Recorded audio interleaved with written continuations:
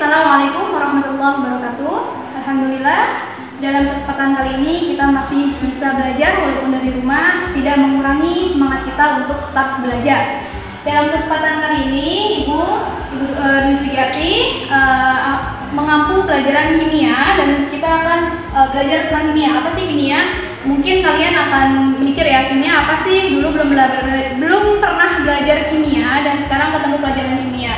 Nggak apa-apa, ini hal yang baru buat kalian, nggak usah dibawa pusing, kita bawa asik aja ya. Nah, yang pertama kita akan belajar tentang perubahan materi dan pemisahan campuran.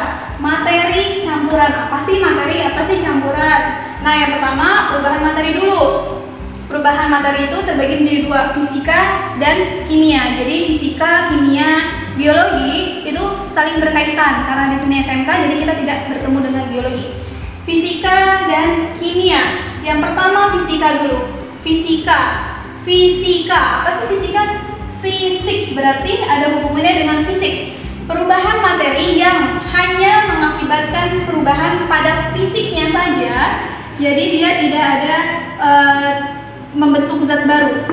Gitu. Jadi dia cuma fisiknya aja yang berubah. Misalkan perubahan wujud. Apa sih wujud? Wujud benda itu ada apa aja? Ada yang namanya padat, cair, dan gas. Cuma tiga nih, padat, cair, gas. Nah, yang berikutnya apa?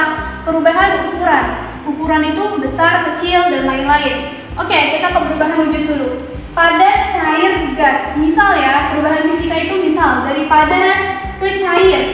Atau dari nomor satu dulu deh ya. Cair ke padat berarti mencair. Contohnya apa? Cair ke padat itu, kalian punya es batu, terus terkena panas, dia mencair. Atau lilin dipanaskan, ada apinya, dia mencair, lama-lama habis tuh lilinnya. Kemudian yang kedua, padat ke gas. Padat ke gas itu apa? Contohnya terjadinya peristiwa salju. Padat ke gas, dia ada bongkahan es. Tapi bongkahan es itu bukan terbentuk dari air, melainkan dari gas, gitu ya. Yang berikutnya adalah gas ke cair. Apa sih gas ke cair? Dari gas tiba-tiba cair. Ini proses terbentuknya embun di pagi hari. Atau contoh lain, kalian minum es. Di pinggiran gelas kalian atau di plastiknya nih, di kemasannya itu akan timbul basah atau ada airnya. Kenapa? Yaitu tadi gas. Itu kan dia dingin kan, suhunya rendah, kemudian mencair, berubah menjadi air. Gitu. Kemudian yang nomor 4 adalah cair gas. Apa sih dari cair menjadi gas? Kalian masak air sampai matang nih ya, udah mendidih, lama-lama habis. Kok bisa habis? Bukan berarti itu ada jin yang ngilangin atau tiba-tiba hilang gitu aja, nggak mungkin. Tapi ada prosesnya dari cair ke gas, yaitu dia menguap dia, bukan tiba-tiba hilang ya. Tadi padat ke gas itu menyublim. Contohnya tumbler yang ada di kamar mandi atau di lemari pakaian kalian. Nah, kalau dari gas ke padat tadi proses terbentuknya salju. Kemudian yang terakhir dari padat ke cair, itu proses dari es batu menjadi air. Cair ke padat itu proses dari pembentukan es batu itu sendiri. Beda ya. 1 dengan 5 itu beda. Kalau misalkan ini dari air ke padat, kalau yang ini dari gas ke padat, yang ini salju, yang ini es batu, gitu. Nah, untuk yang berikutnya adalah tadi perubahan ukuran. Ukuran dari besar menjadi kecil atau kecil menjadi besar. Misal, kalian punya balon tiup. Kalian awalnya kecil kan ya? Setelah ditiup makin besar. Kok bisa makin besar? Karena kalian memberikan udara ke dalamnya. Dia menjadi melebar, atau contohnya keramik. Kenapa pernah lihat peristiwa keramik itu pecah, terangkat? Itu bukan serta-merta di bawah ada jin yang angkat, enggak. Tapi karena ada proses di mana dia semakin membesar. Dia menguap, membesar, jadinya pecah. Atau rel kereta api.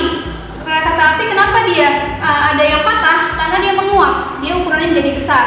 Jendela juga sama, kaca jendela ketika dia membesar, maka dia menguap dan dia membesar, akan pecah juga.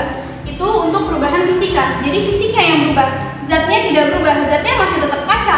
Misalkan yang tadi perubahan wujud, zatnya masih sama, air juga. Air, terus habis itu dari cair padat gas sama, bahannya itu aja, nggak ada zat yang baru. Gitu. Nah, untuk yang perubahan kimia itu kebalikannya dari fisika. Kalau yang tadi dia hanya fisiknya saja, tidak ada zat baru. Kalau yang kimia, dia terbentuknya zat baru. Kimia ini sebenarnya erat kaitannya dengan biologi. Hanya saja kalau biologi dia dibantu oleh makhluk hidup. Misalkan proses pembuatan tempe, pembuatan kecap, dia pakai mikroorganisme lainnya, pakai bakteri. Yogurt juga bikinnya pakai bakteri. Tapi dia juga sama, terbentuknya zat baru. Bedanya kalau kimia itu tidak dibantu oleh makhluk hidup lain, kalau biologi dibantu oleh makhluk hidup lain. Nah, contohnya perubahan pada warna, misalnya apalagi pada suhu.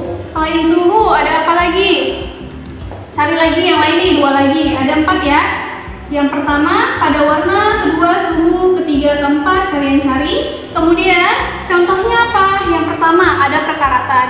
Kok bisa sih karat nggak tiba-tiba kan dia berubah warna dengan sendirinya? Misal besi tua, lama-lama dia berkarat. Kenapa bisa berkarat? Karena tadi ada oksidasi antara oksigen dengan si besi. Besi itu kan punya zat ya, Fe bercampur dengan oksigen dan karbon dioksida, makanya dia akan berkarat lama-lama. Kemudian apalagi penyempuhan logam, itu juga dia logam, yang namanya logam, besi dan lain-lain itu biasanya dia erat kaitannya dengan fisika. Nanti kita akan belajar yang apa itu Fe, apa itu Zn dan lainnya. Nanti kita ketemu di tabel periodik. Kemudian contoh lain apalagi, misalnya tadi boleh pembuatan tempe itu boleh, tapi dia lebih ke biologi karena dia dibantu oleh makhluk hidup lain. Contoh lain misalnya pembusukan makanan apapun lama-lama busuk atau basi. Kenapa bisa kayak gitu ya? Tadi dia terkontaminasi oleh oksigen, oleh karbon dioksida, dan dari makanan itu sendiri lama-lama ketika dia dibiarkan dia akan terjadi pembusukan. Mungkin itu saja untuk perubahan materi. Kemudian nanti ketemu lagi kita akan masuk ke pemisahan campuran. Nanti ada yang namanya destilasi, ada yang namanya filtrasi dan lainnya. Kita ketemu di pertemuan berikutnya. Sekian, semoga dapat dipahami. Assalamualaikum warahmatullahi wabarakatuh.